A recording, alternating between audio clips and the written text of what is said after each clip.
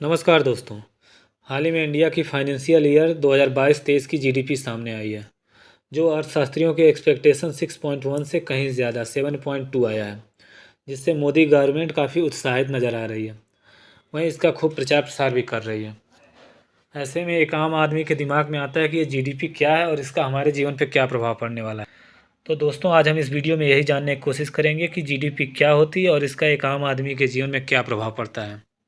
तो अगर आपने चैनल को अब तक लाइक एंड सब्सक्राइब नहीं किया तो कर लीजिए। जीडीपी, ग्रॉस डोमेस्टिक प्रोडक्ट यानी सकल घरेलू उत्पाद को अगर आसान शब्दों में कहें तो किसी भी देश की सीमा के अंदर एक वर्ष में कुल पैदा होने वाले वस्तुओं और सेवाओं के मूल्य को ही उस देश की जीडीपी कही जाती है। यहाँ वस्तुओं से तात्पर्य जितने में गाड़ी, घर, मकान, खाने पीने की वस्तुएं और सामान के अलावा सर्विसेज में जैसे फिल्म इंडस्ट्री, किसी भी गाड़ी, घोड़े, बस, ट्रेन की टिकट, ये सब सर्विसेज में आते हैं। जीडीपी कैलकुलेशन के मुख्य 4 घटक होते हैं। पहला, कंज्यूमर एक्सपेंडिचर यानी लोगों के द्वारा किसी वस्तु या सामान को खरीदने के लिए कुल खर्च किए गए पैसे। दूसरा, गवर्नमेंट एक्सपेंडिचर यानी सरकार द्वारा समय समय पर अलग अलग तरीके से स्कीमों में खर्च किए गए पैसे। तीसरा, इन्वेस्टमेंट एक्सपेंडिचर यानी जो बाहर की कंपनियां या देश की बड़ी कंपनियां देश के अंदर इन्वेस्ट करती हैं।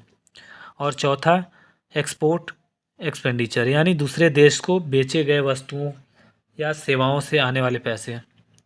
जीडीपी का आकलन नॉमिनल और रियल टर्म्स में किया जाता है। नॉमिनल टर्म में मौजूदा सभी वस्तुओं और सेवाओं के कुल मूल्य को रखते हैं।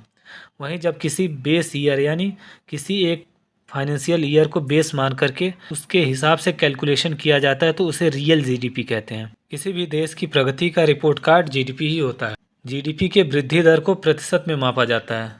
एग्जाम्पल के तौर पर यदि पिछले वर्ष की जीडीपी 100 है और इस वर्ष की जीडीपी 106 हो गई है, यानी जीडीपी में 6% की वृद्धि मानी जाएगी। वहीं अगर जीडीपी की भारत के टर्म में बात किया जाए तो दुनिया की सबसे शक्तिशाली देशों में भारत अमेरिका, चीन, जापान और जर्मनी के बाद 5वें सबसे बड़ी अर्थव्यवस्था बन गई है। जब देश आज़ाद हुआ था उस समय भारत की जीडीपी मात्र 2.7 लाख करोड़ की थी।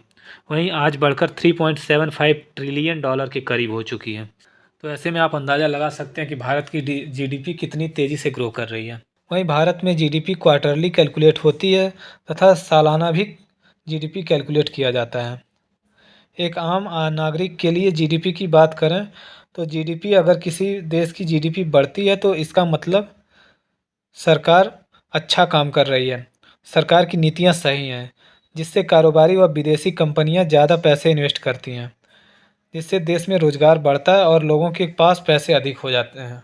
वहीं जब जीडीपी के आंकड़े नेगेटिव आते हैं या फिर डाउन हो जाते हैं तो उस देश के लोग कम खर्च करते हैं तथा विदेशी निवेशक भी या देश के ही बड़े कंपनियां निवेश करने से बचती हैं, जिससे देश की ग्रोथ रेट डाउन हो जाती है। ऐसे में सरकार को अधिक पैसे खर्च करनी पड़ती हैं, अलग अलग तरीके के स्कीम निकालने पड़ते हैं और सरकारी खजाने से ही पैसे खर्च करने पड़ते हैं। ऐसी स्थिति में देश की अर्थव्यवस्था पर असर पड़ता है। आपको ये जानकारी कैसी लगी, हमें कमेंट बॉक्स में ज़रूर बताएं।